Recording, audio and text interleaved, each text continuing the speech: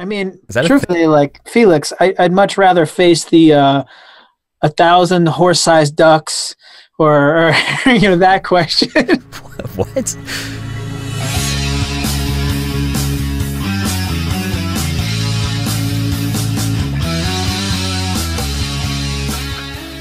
Hello, everyone, and welcome to a quick episode of the Dodgeball podcast. In this episode, which will probably be part of a multi-series, as I imagine there's going to be just so much to cover, I have Mark Acomb with me to help kick off the Elite Nationals. Did I pronounce it wrong already? Oh, man, it's Acomb. Acomb. Oh, man. Dang it. It's all right. We'll continue. Yeah. Hey, let's just roll with it. Man, I thought, so now I'm thinking of like all the times I've mispronounced your name thinking I was right this time because I was always thinking Acomb. Don't worry about it. Yeah. Well, anyway, welcome. Thanks for hopping on, man. This is what, the 5th annual national championship now? This is the 5th. Yeah. Time's flying by. God, 2014 was Vegas, 2014, Vegas again, 2015, New Orleans, 2016, Boston last year, and Minnesota this year, huh? Yeah. What's up? No, I was going to say we're excited for it. Bring it to the north. So is that why? Just to kind of get representation in each region? Is it going to... Well, yeah, I think we need to give representation for each region. You know, when we did, Vegas, it was kind of that thing where like, well, where else do you do it? We did Vegas our first 2 years just because I think it was something that we were used to. We were used to, like, everybody wants to do a little bit of vacation, so it became Vegas. And, after the second year, like, I started to get people saying, like, you know what, I'm really tired of Vegas between NDL, UDC, Sin City, and Elite. Like, that's too many times of Vegas. So we decided, we really needed more of a footprint in the South. And so we decided, well, why not make it easy for the South? And let's go to, the next party city, which was New Orleans. And that actually really brought the South out because it was that nationals where we had all the New Orleans people get a taste of Elite. And then now they're like hungry for it. And then, we decided to do Boston the year later, and that allows the East region, which has an enormous amount of teams, to continue and be able to come out in force. So we wanted to see Beast Coast represent. And so this year we had the chance to say, where would we like to go in the North? And everybody thought, maybe it's Detroit, maybe it's Chicago, but, we've got Minneapolis up there. That's a good hub for, an airport, which is easy for people to get to. And it's, something a little different. And we found that we can do some great things. We found a great venue. This is going to allow us to do a lot more this year than we were able to do in Boston. Awesome. I do want to get to one of those questions later about what you're going to be able to get to do this time around. But do you feel like there's going to be might be a dumb question, but do you feel like there's going to be a stronger North showing now, just as there was with the South? And with the I East? think we actually got a really strong showing from the North. For the life of me, I can't think of a single team from the North that's not making it out. Like, I think we have more pinch teams this year than we've ever had before. That's for sure. We actually have more pinch teams this round than we have women's teams. Wow. Yeah. So pinch is not going away ever or anytime soon. I mean, I'm an old school dodgeballer. Like, I started playing pinch. Like, I was pinching in high school and even down in like San Diego. And so, like, I love pinch. I think there's a rawness to it. But as Elite always wants to evolve, like, nothing's off the table. Nice. But I'm excited for nationals where we have 22 teams in pinch. That's crazy. It's gonna be an epic weekend. Yeah. You said nothing's off the table, and I can't help myself, man. But do you think cloth is on the horizon, just because of the latest hubbub over it? I don't know. You know what? Like, we did foam 2 years ago, and there was not a problem with it, but we found it's really, really hard to transport those balls. They ripped easily. They were 3 times the cost of any other ball. So I found myself needing to spend like $300 to be able to put one quart worth of balls on the court. And that's something that could rip easily. It was just, for something that like, Elite always tries to put the money back towards the players. Like, it was costing so much that it became not feasible for foam. And then, so now we've got cloth, and the early days of cloth, like when San Diego had,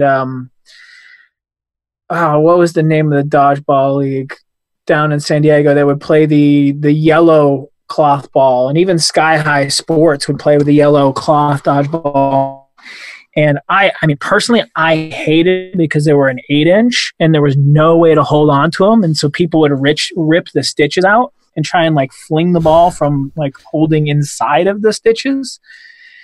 The new 5-inch balls that Dodge Hub has gone to, like, I don't mind them. Like, I can throw them, they catch well. There's something about cloth, though, and this is my personal opinion, not the opinion of Elite, is that like it's very strange for someone who's been around dodgeball. Like, even you, I would ask you yourself, like, does it seem, or when it bounces off the ground and it makes the same sound, and when you block it, it makes the same sound? It's very quiet, and it's very hard to tell the ground, the deflection, the catch, and the hit. Like, there's nothing visceral about it. That's not to say like it couldn't happen. Like popular in Europe, you can get it back and forth pretty easy, much easier than foam per se. Yeah, so it's really not a discussion or a decision that I can make. It'll have to be a discussion between the heads of Elite. So like the council. Gotcha.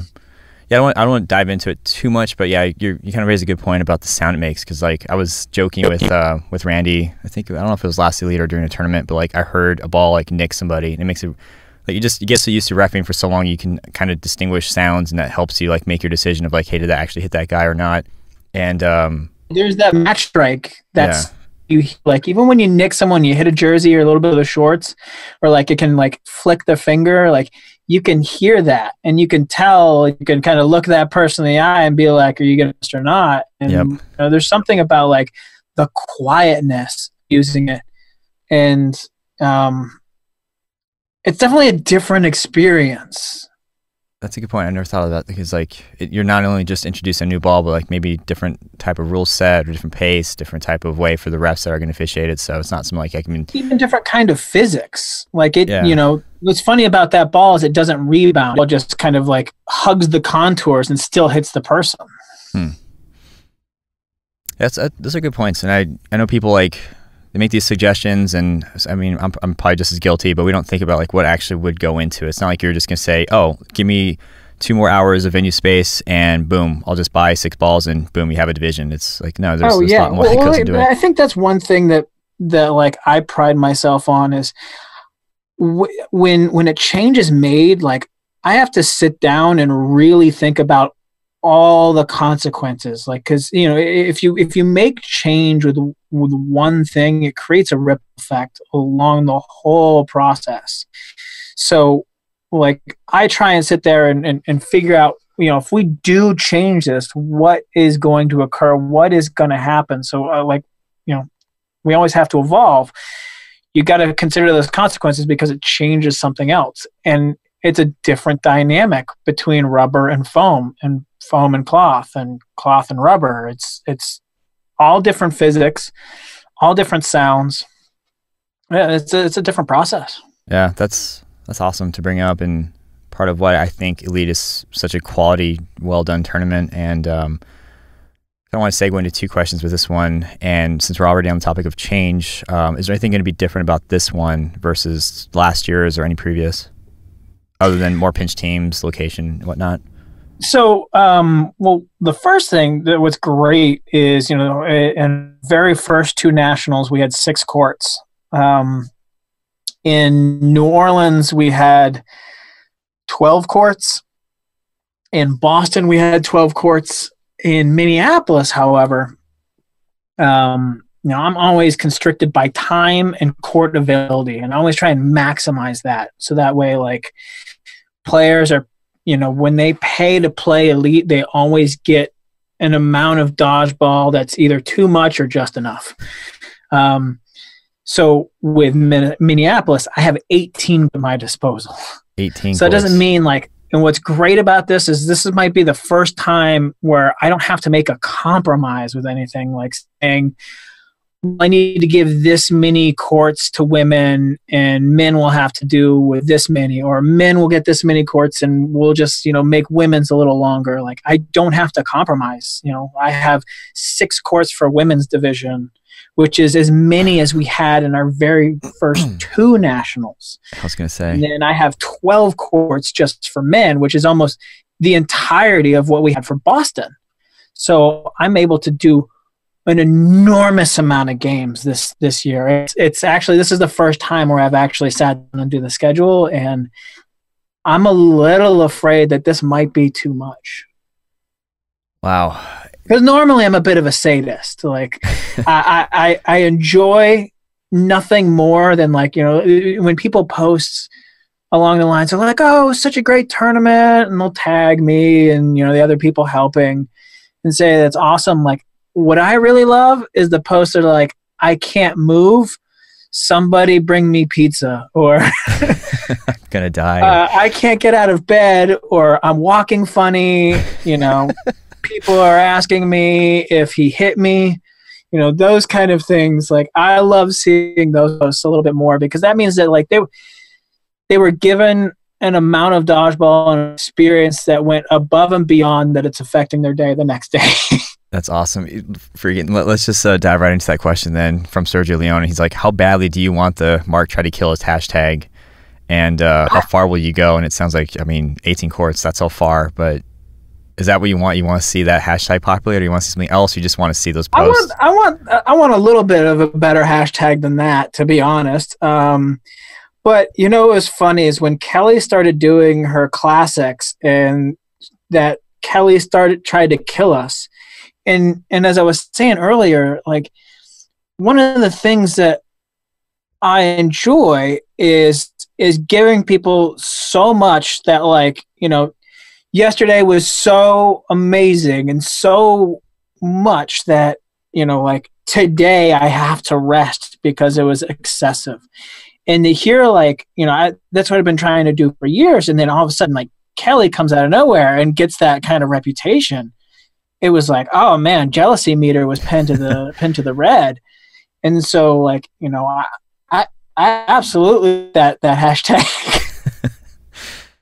Well, hopefully we'll either see that or we'll see something unique pop up, but I'm sure we'll see something trending. And I know you're teasing on it, one of the Facebook threads, for like, I posted something, I said bring it on, or I said my body's ready. He showed me a picture of, like, Billy lying on the ground. I'm like, yeah, I don't care about Billy. I'm worried about me. But I already know I'm in for a world of pain, and I'm not playing no sting for that reason. Like, I'm kind of copping out at just 2 divisions, but I know I'm expecting just to be completely immobilized for a couple days. So I can't wait. All right. Yeah. No, I'm excited for it, and I'll tell you what. I'll give you a little preview since I did the numbers yesterday. So, round robin games. There's 360 round robin games in open, 420 for co-ed 8.5, 180 for women's.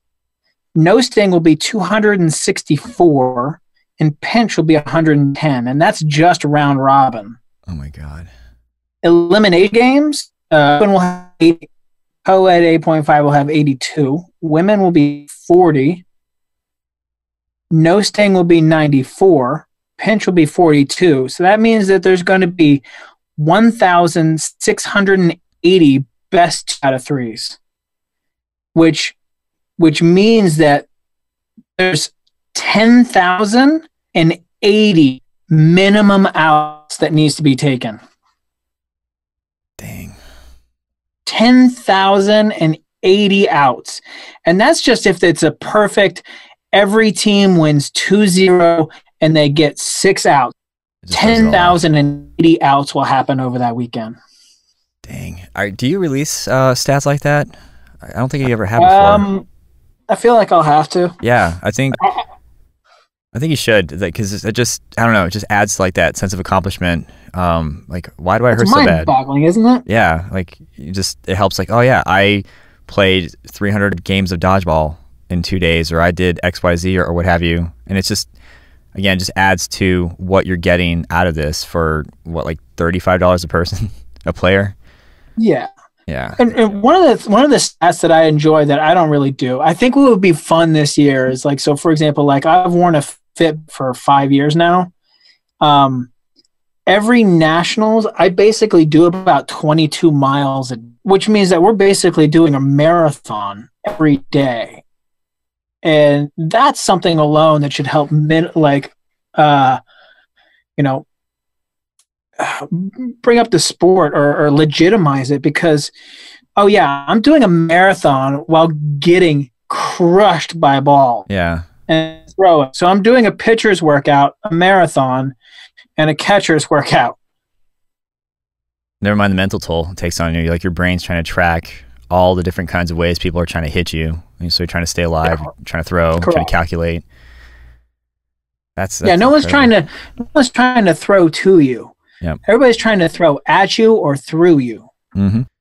Yeah, I'm really glad I'm not playing no sting. I'm gonna need that day to recover. I'm also rethinking my rehabilitation plans post tournament. So, but I stand by what I said. I feel like I can hack it. So I'll have to talk to you on Saturday nights to tell you how I feel. But good Lord, man. I'm going to jump to one of the questions I want to ask, and that is, okay, you just laid out the amount of dodgeballs that the dodgeball is going to happen, and you're running 18 courts. What can people do to help make sure that this actually happens? I mean, it's a nightmare doing a league. It's a nightmare doing 6 courts. 18 though. How do we help you and Jake like make this as efficient as possible? What an awesome question, and I thank you for giving me that question, because the number one thing that people can do to help is I don't do time limits. I don't like them. I think they're not good for the sport, and that's, again, my opinion. What I need from everybody is, we've had a couple times this year where things went overtime because a lot of people will do like a 2-minute huddle. Like, you don't need a 2-minute huddle. Like, talk to your team in between the rounds. Talk to them on the way to your round. Get to your, we give people a schedule. We'll have schedules posted up on the wall. We'll have it posted up on TVs this year. Nice. Know where you need to be and be proactive of like, okay, we just finished this round. Let's go make sure that they've got our score, and we're going to go ref on court 5. So let's get there. And if you're a ref, like, it's, pay attention to who you're reffing. That way you can say, hey, I need you guys over here. You're playing here, and then get it started. Getting teams where they need to be and then getting them started. Like, hey, I need you on the back line. Let's go. And if you're playing, keep track of your team. Because there's always that one person who needs to be screamed at from across the court. Get to where you need to be, know where you need to be. Like, designate someone on your team to kind of under that schedule and highlight it and know where you need to be. And always make sure, please, always make sure. Even if the ref gave the score, Jake, go over to me, go over to someone, and make sure that your score's in. Because if you both teams, like both captains and the ref, should be trying to provide that score. Like, no one's ever going to complain about being given the score 3 times. Right. There's never been that problem. Instead of standing around warming up, if we're in like hour 3, you're already warm. Like, you don't need to keep warming up and keep throwing to your teammates on the court. No, just line the balls up, get to your back line, talk with your team quickly about what your game plan is, and get started. That's the biggest thing. And, for example, we had this problem in the South where the women finished a full round robin, and halfway through, the guys were waiting for someone else to do the work for them. But as a player, you're given the schedule. Like, you don't need to be told where to be. Like, you have that information at your disposal. So just get where you need to be, getting to where they need to be to ref or to or to play, it means we're going to play more games. I always overschedule than underschedule. Right. So, if we continue to like go past what I thought we were going to get to, we'll play those games.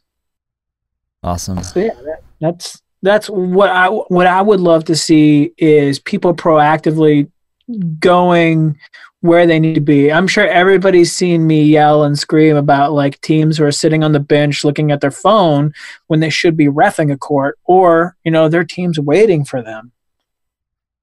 Just kind of eyeballing them like, hey, where do I go next, or what do I do? Or just chilling on their chairs. Like designate on my own team. Like we have Ryan Haley prints out. He takes the schedule, he highlights it. He puts it in his pocket, but he'll immediately, after every game, he'll be like, hey, we're going to be playing on court 4, then on court 5, then reffing court 3. He'll give us the next 3 things. And so that way nobody's wandering off into some bar the gym to flirt in the girls division, or like, hey, I'll know that like I've got to play and then I can go do a bathroom break real quick. Yeah, that's awesome. I have to give props to my captain on. He's really good at that. Like he'll, after every game, hey guys, we're going to sit this round. Hooch and Damon, you guys are reffing at this court at this time. And that way I know like I can actually chill right now because this is my off time. Or me and Hooch always knew like where we had to be. And like I just imagine that trying to be replicated across all the teams. Then you'll have like a much more efficient event that's on time, and we can get that murderous amount of dodgeball that we all want. But I'm just as guilty too. Like I've probably been caught on my phone just relaxing in the past, but On has really helped me realize when I can actually do that. So I'm not like constantly on my feet, and I can take a little breather here and there. But I hear you, man. I love On. He's on top of his game. He knows where he needs to be. I don't ever have to really tell that team where they need to. Also team like they're actually quicker than I am in terms of like I before I can even think about telling them, they're already getting a team. They're reffing. This is Gridlock, you said? Yeah. Yeah, it's because Kale's a wonderful person. I was on top of it. They're all great guys. Well, cool. I mean, I think that sums up what we could all collectively do. I mean, even as a player, if you're not a captain, you're not a ref, just be ready to play. I mean, that probably compounds the amount of seconds that are lost because we have to find you, because you're, as you said, often La La Land or some random part of the gym or taking a dump or what have you, because you're just not where you need to be. And it's funny, man. It sounds like you're kind of just describing a military operation, like from the top down. If everyone does what they're supposed to do, you're going to have these amazing movements start on time, and time is so critical when you have a lot of moving pieces. So if there's any takeaway from this episode, I hope that's it, man, because I just really want to see this event go well. And just reminds me to just, hey, just make sure you're there, because I'm reffing, as you know, and I'll just, as a takeaway for myself, I'll make sure I'm there where I need to be when I need to be there. So good stuff. One little last bit is it even gets harder during elimination, because as people get eliminated, they start to leave and they start to pack up, and you get to a bottleneck where there's more teams playing than our teams even present in the gym. And so just help till we get till that like midway through the loser bracket, so that way we have enough courts, because so we've experienced it in times where like you have a top team get knocked out early and then they back up and leave, and it's like, no, for the last couple of years everybody has stood around to help ref your games. When you're in the championships, it's time to return the favor and stick around to help ref for them. Another good point, and that's where I fall off. I'll admit it right now. Like usually when we get knocked out, I'll stick around for a couple of rounds, then I'll just kind of like, I think other people got it, so I'm just gonna chill now. So I'll be more careful on that one. That's a good point too. Anything else though, aside from being where you need to be, helping ref, helping retrieve, not letting or waiting for Mark to tell you where to be, when to be there? Anything else that people can help out with? Actually, the one last thing is, it's kind of like a nightmare for me is trash. Like, we need to understand that like it's not my venue. We're guests. Like, you wouldn't leave a banana peel under someone's couch at your friend's house, would you? No, you'd take that to the trash. I spend an ungodly amount of time cleaning up and mopping up, an hour after a tournament, because people would just not even take stuff to the trash can. Like if the trash can's full, like tell. But people leave an ungodly amount of trash on the court and underneath bleachers. And we want to be able to come back to these venues, and we don't want to be bad guests.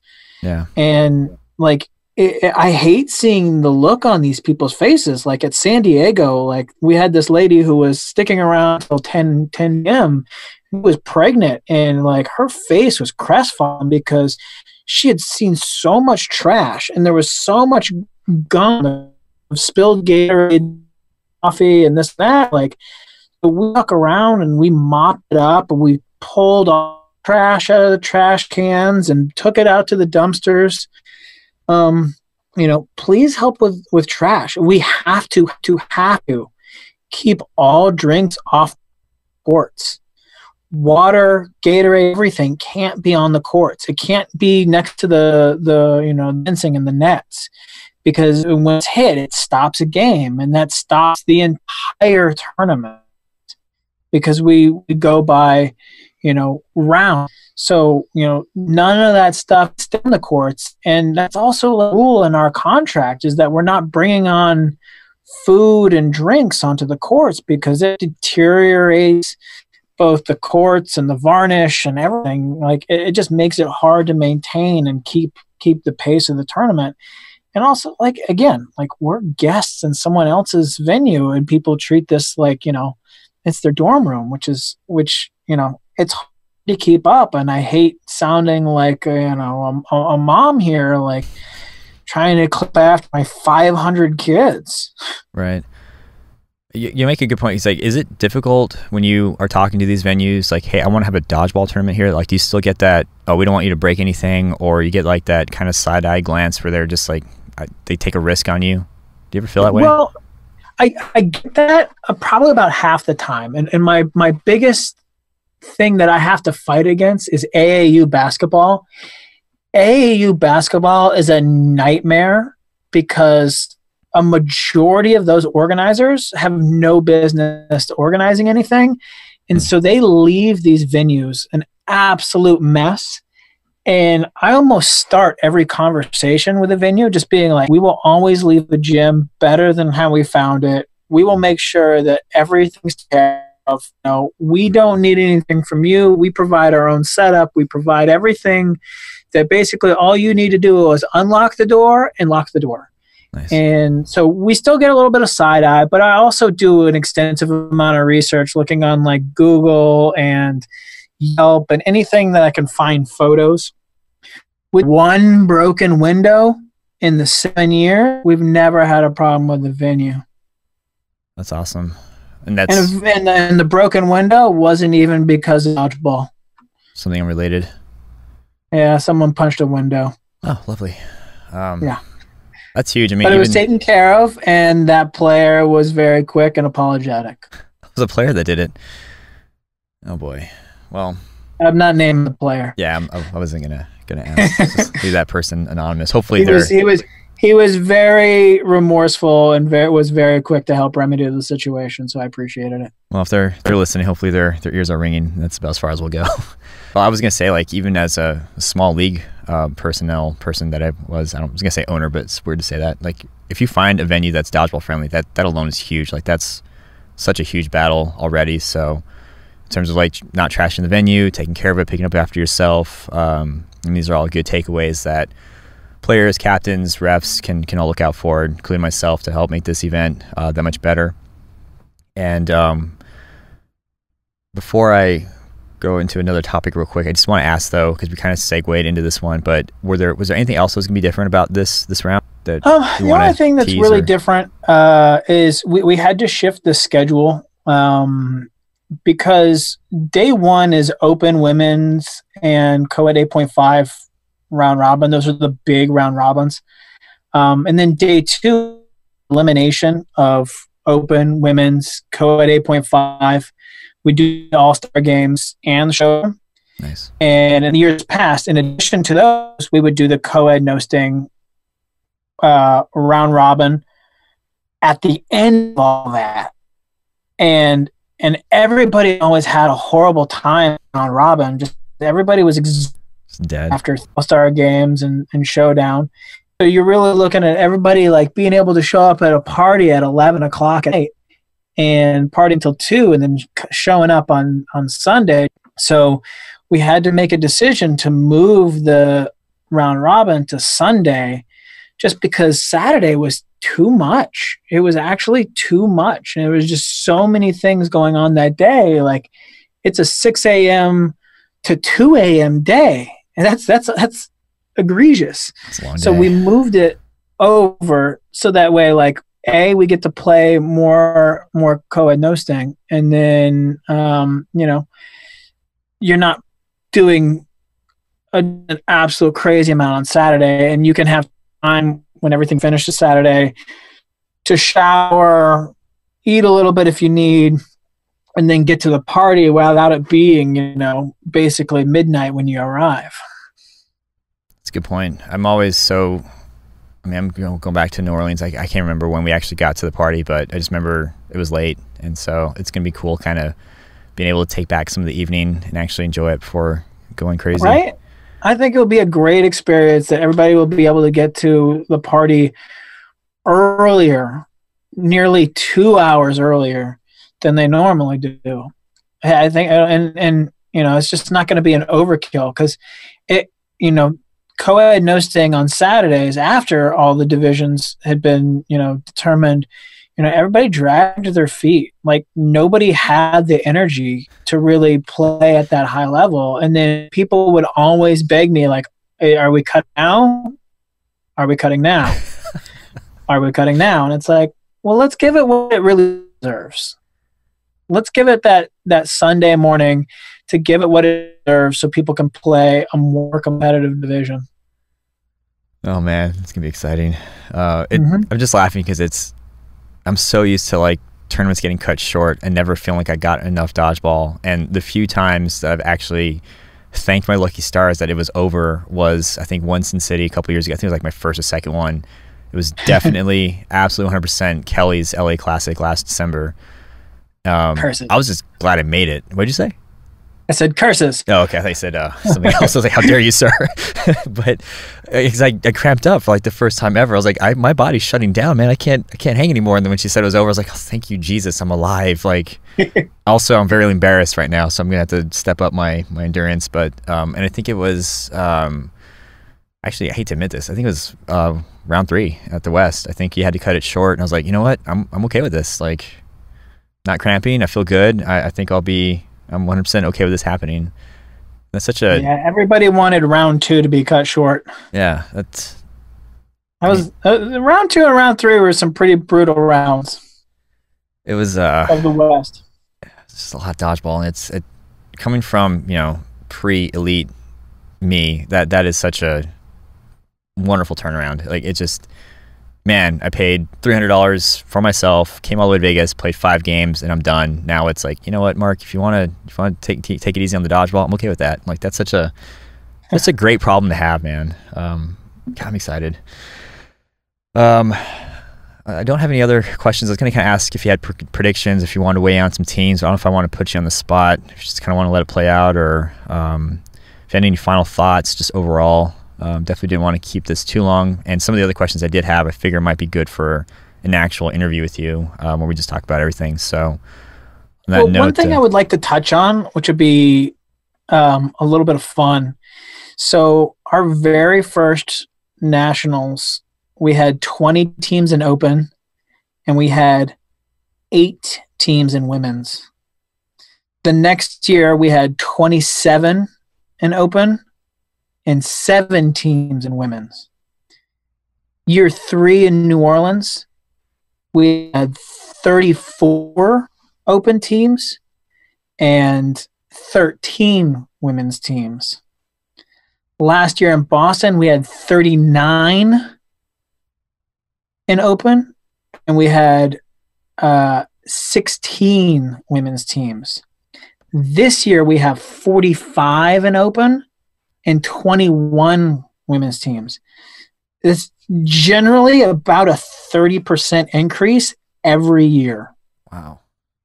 So, some tournaments like to spend some time saying how they've got like 150 teams, but really it's 30 teams, the same 30 teams every division. Like redistributed. Yeah. And you're talking about the same people. You're counting them twice or 3 times or 4 times or 5 times. Like 45 teams. So we have, what do we got here? 66 teams of individuals, and then add the people who like co-ed almost and not on a women's team or not on an open team. We've got like a great turnout, and every year it keeps getting bigger, bigger and bigger.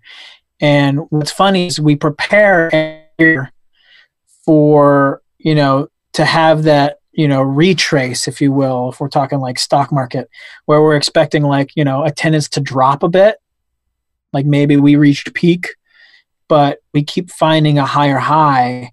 And so like, that was some of the growing pains this year is, every venue that we've ever used, we basically had to throw out because they weren't big enough anymore.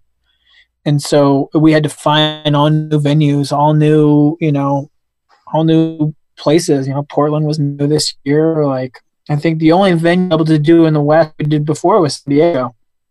Now that one's not even big enough anymore. Everything in the East, the same way. North has gotten way bigger. South, we didn't use a single gym that we've used before just because we needed way more space. So we've been growing at a clip that's actually it's hard to maintain and be able to like give those players what they want. So like there came to be growing pains this year in terms of like sometimes we could have communicated better, and I'll 100% own that. At the same time, like, Vince has a job and a family. Glenn's got his like his life as well. I've got a wife and a career that I do, and we don't. And it's sometimes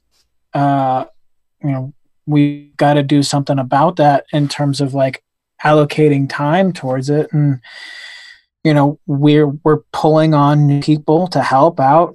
Add USA Dodgeball on my things that like I personally need to help take care of in Team USA. And so with the growth, it's been great and welcome. It's not a bad thing to have, but it's a problem that we're working to address for the future, and helping bring in more help and helping, this next year should be a complete world of difference in terms of not only venues, but resources that we've never had.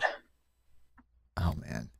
Yeah, I don't know if it's like the double shot of espresso that I'm sipping on, but I'm just getting super pumped up about this already, just thinking about it. I'm getting really giddy, so I'm trying to, hold it. I have to keep reminding myself to be in 2018 and not 2019 right now. Yeah. God, it's exciting, man. Like, would you have ever imagined that we'd have 45 teams in open in a tournament? No, and so that was one of the questions I kind of wanted to save until after, but I'm just gonna go ahead and ask it now. When you and Vince thought about like presenting this new product of Dodgeball with the Elite 8, I mean, obviously because of the name, I don't think you guys foresaw it blowing up to something like this, where never mind going past 8 teams, never mind going past the Invitational, never mind going past the regions, but now you're looking at a national tournament where you have 30% growth, as you put it, and all these elements that are going in. I mean, did you foresee this kind of happening? Is this where you guys wanted to go, or was it just like, hey, let's just do this and see where it ends up? Like, not at all. What was the vision? So, like, remember back in the day, I think you were on Rampage and I was on Syndicate, and we were playing in the NDL. One tournament wasn't enough. It wasn't enough. And, I remember calling up Bill Fair and Serge and a couple of the other, like, West Coast captains and being like, yeah, one tournament is not enough. Like, would you guys be down if, like, I did a tournament? We'll take like 8 teams in the West Coast, and we'll we'll brand it as something, and basically like I want to treat it like a poker game amongst friends. Everybody chips in to buy the beer and the snacks and everything, and the money left over goes in the pot, and the winner takes the pot. That's how Elite started. I truthfully thought it was going to be something like where we do 3 a year, and is just high competition, awesome dodgeball, and a lot of fun. I had no clue that this was become a full-time job. Right. I had no clue whatsoever, because what ended up happening is we had Adrenaline Rush came out to us in the tournament, and Glenn was with them, and he experienced it and was like, this is awesome, like, can you bring this to the north?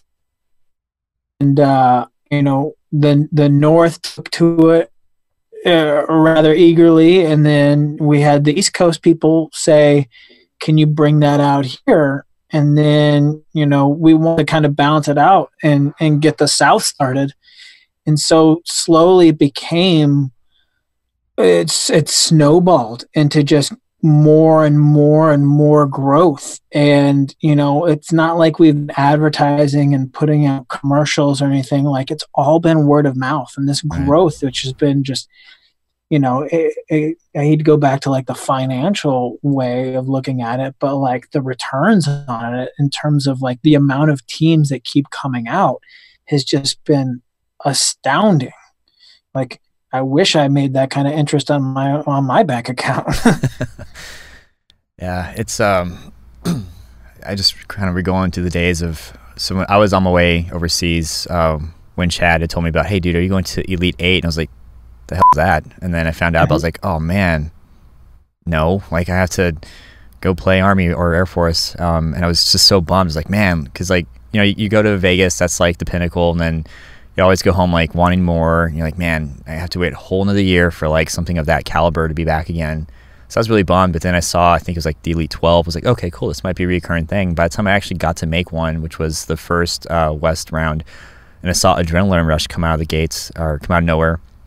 And I'd heard of Glenn Spacer. I didn't know him too well, but what impacted me most was seeing Tim Poon and Troy, and I thought I would never see those guys again because NDL was just falling apart, and it was just sad. You're like, man, I guess all the competition is just going to be in LA, San Diego, Phoenix area. But then I just saw like there could be more to this, and when I saw Glenn doing his thing in the north, saw him flying around and helping out with these other little regions and those other rounds popping up, it was just exciting. And just to watch it, just from my angle, from a lowly player from Tucson to what it is now, it's just incredible. And it's I'm bummed to miss last year, but I'm so excited for this one and for the future. And I mean, for what it's worth, man, thank you for doing it. I mean, I know you get that all the time, but it's just like, it's incredible what you guys put on your shoulders and are building. And I know that sometimes people have their complaints like, oh, this gym has no AC, and sometimes it's easy to kind of fall into that. But at the end of the day, like, this is still a thing that's happening and getting better and growing,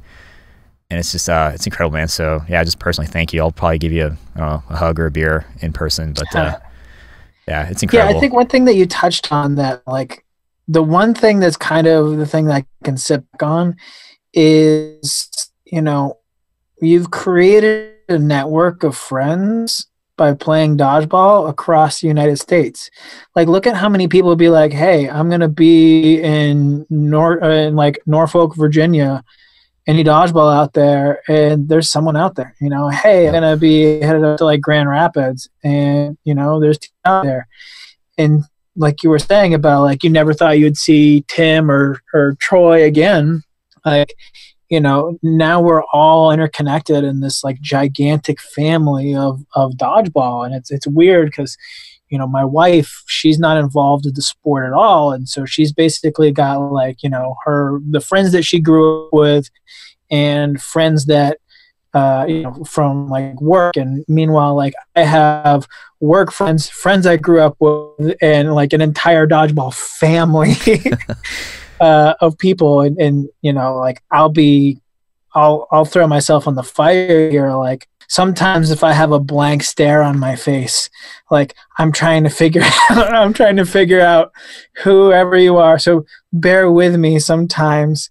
Like I said, it was easy to remember who everybody was with when there was just 8 teams in the West. But now we've got, over 100 individual teams in elite. Like it's hard to remember everybody, I can imagine but it's a great problem to have because, we're all connected. We'll all be there for each other. We've all been there in terms of like, if there's something that happens, that community comes together. That's been kind of like the most enriching part of this process.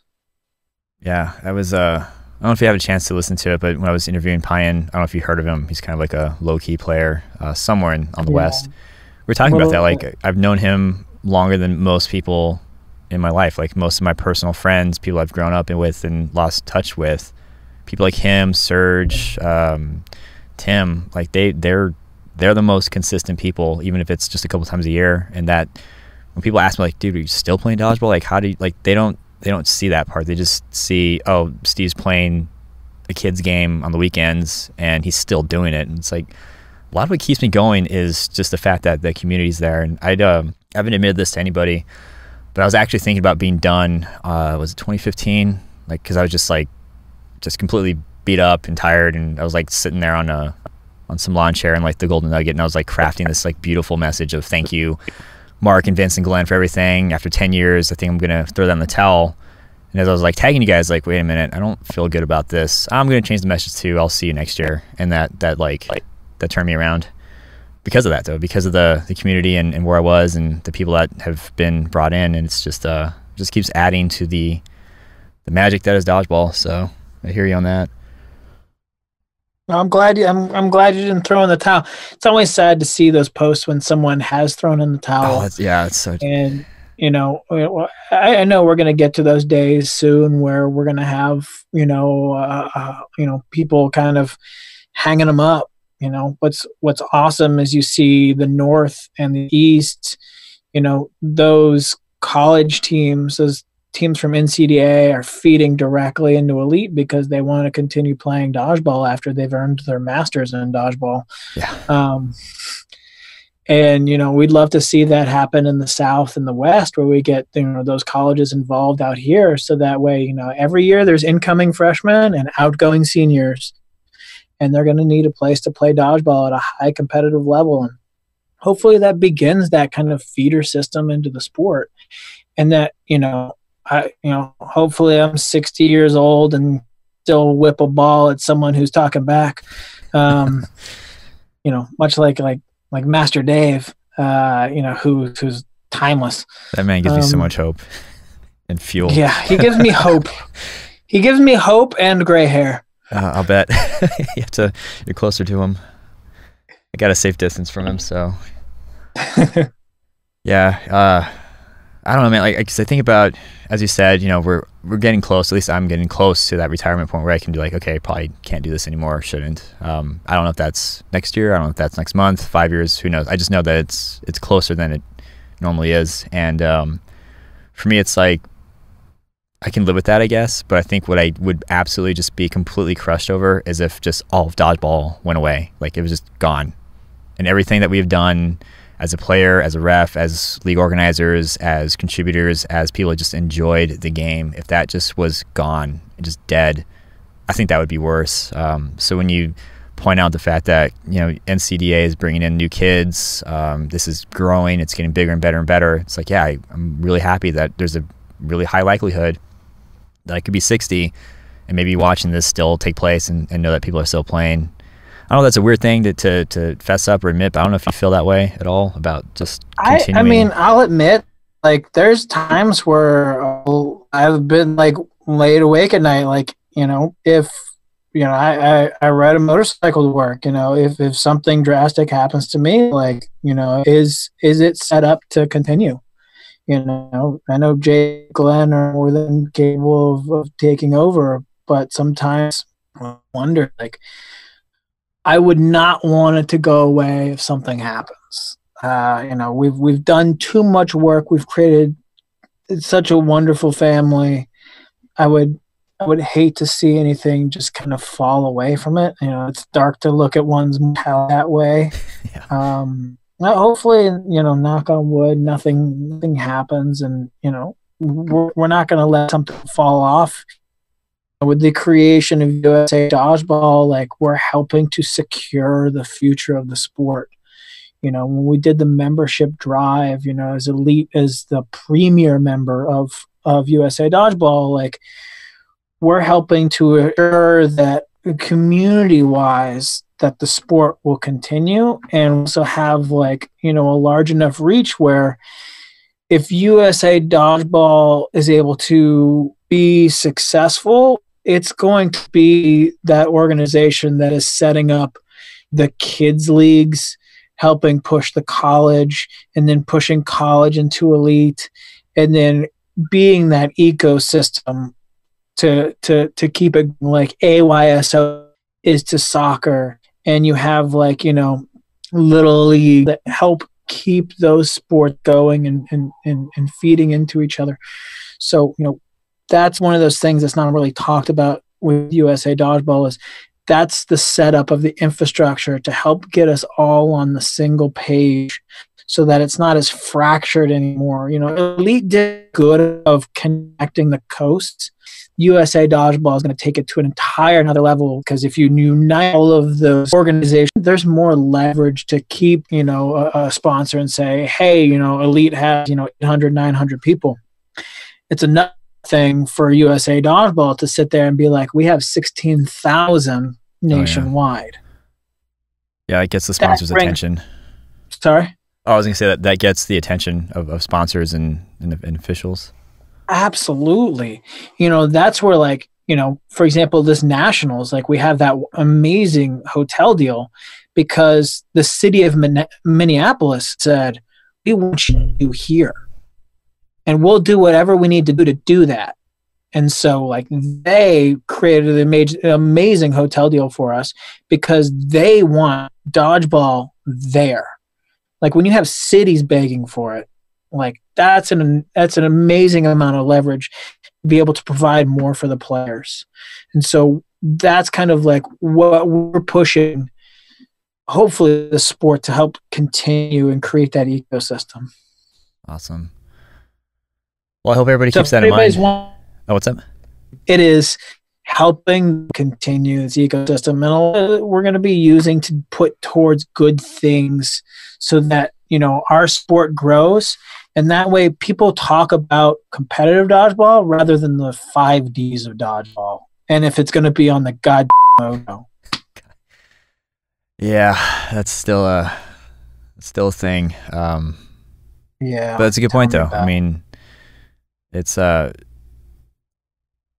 people that are asking, even after Elite, just what can I do? Just bring new bodies in, contribute to those numbers, see where it's going. That's a great way to kind of just point out I won't say like the end state, but the overall objective. Like, why am I paying $25 a year to USA Dodgeball to play in Elite? Well, that's kind of why you're helping build this ecosystem, as you put it. And I hope that people, amongst everything that's going to happen this weekend, I hope that's one of the things that stay in the back of people's minds. Like, I am helping this thing continue on past me, which is super critical and important. But man, it's good stuff, man. I do want to dive into more stuff, but I do want to keep this just kind of this weekend specific. So I think we'll just leave it like that. And if I'll take some of these questions I had and save them from the interview where I actually get to know you a little bit more. But I did have one more, and that was from Felix Peroni. He asks, if cows could produce strawberry milk naturally, what color would the cow be? I don't know if that's an inside joke, but let's hear it. Well, it's not an inside joke, but considering that my parents both came from farms, well, there's no such thing as, like, brown cows making chocolate milk.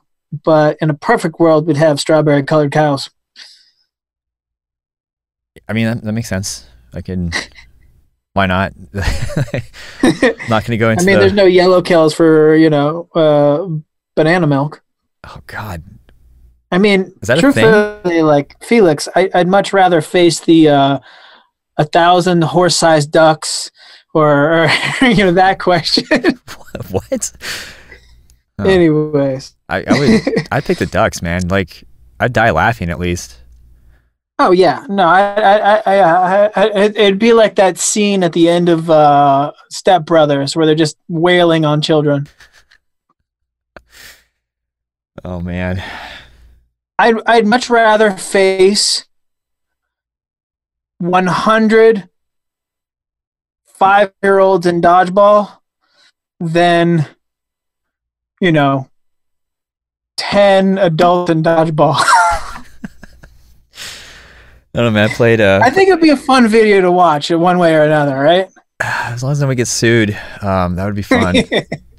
I played youth dodgeball before, just as a I don't even like a council. Like we used to volunteer for youth to help with like a venue, some crazy deal that we had. And I just remember like I got a little too into it one time, and I hit this one kid who was like impossible to hit. Little did I know, I hit him in the face, and he was crying because I was celebrating. I was like, "Yeah, take that!" Little, because like my teammates, like my kids were like wanting me to help them win, and they're like, "Come on, Steve, help us, man, help us, get that guy, get that guy." So I was like, "Fine, I'll do it for you, children." And it just backfires. This is why I hate kids. But I just hit him in the face, started crying. I was celebrating. I found out that he was crying. I was like, "I'm a horrible human being. This is why I don't do this anymore." But yeah, I would like to see somebody just wail on 500 kids. That'd be pretty funny. Let's get them all gold masks. Let's get 100 kids and do a competition of see who can kids that getting out. As long as they know what they're getting into, they're going to be rewarded handsomely, and we've done every precaution to make sure that they're not actually like damaged. That would be fun to watch. How do we make this happen? I don't know. Who's got kids? Who's got kids, and who's willing to like just I don't know. I think we shouldn't get into that. It's for science. Yeah, exactly. It's for purely scientific purposes. Well, awesome, man. Well, we'll go ahead and end the interview there. But I'm very excited for this weekend, and I hope that if anybody's able to listen to this on their way, whether you're driving, flying, walking, whatever you're doing, just take away those takeaways. Appreciate the event for what it is. I'm super excited for it. I can't say that enough. But yeah, man. Do you have any final words or thoughts? Final. Two things. One, be prepared for a lot of dodgeball. Yes. Make sure you're drinking water and eating through the day. And actually, a third point is we have a concession at Nationals. And so I really would implore everybody to, bring cash and a credit card and buy from the concession stand. We've given them a list of snacks and drinks that we think dodgeballers would love, because 25% of all sales will go towards Team USA for the International World Championship. That is freaking awesome. Awesome. Very cool. All right, man. Yeah, we'll just leave it at that, and we'll see everybody in a couple days, depending when this airs. So that was I wish I could have said quick precap of the Elite Nationals that's coming up in a day or two, pending the release of this episode. I did want to keep it short, but it's really, really hard not to talk about dodgeball, in case any of you guys have picked up at this point with my episodes that go past an hour. But man, I am so looking forward to this event. I cannot state that enough. I probably should, because my voice is always monotone and deadpan, but whatever. Mark, thank you so much for hopping on. I know your time is very precious and limited, so again, I appreciate the insight, appreciate the hype. I hope people are able to understand what can make this crazy event that much more efficient, and how we can help Elite Dodgeball as a whole. I'm just going to leave it at that. I can go on for days, so I won't. But for all of you guys that are traveling or still traveling, depending on, again, when this releases, have a safe trip, get to the venue safe, and I look forward to seeing you guys on the courts.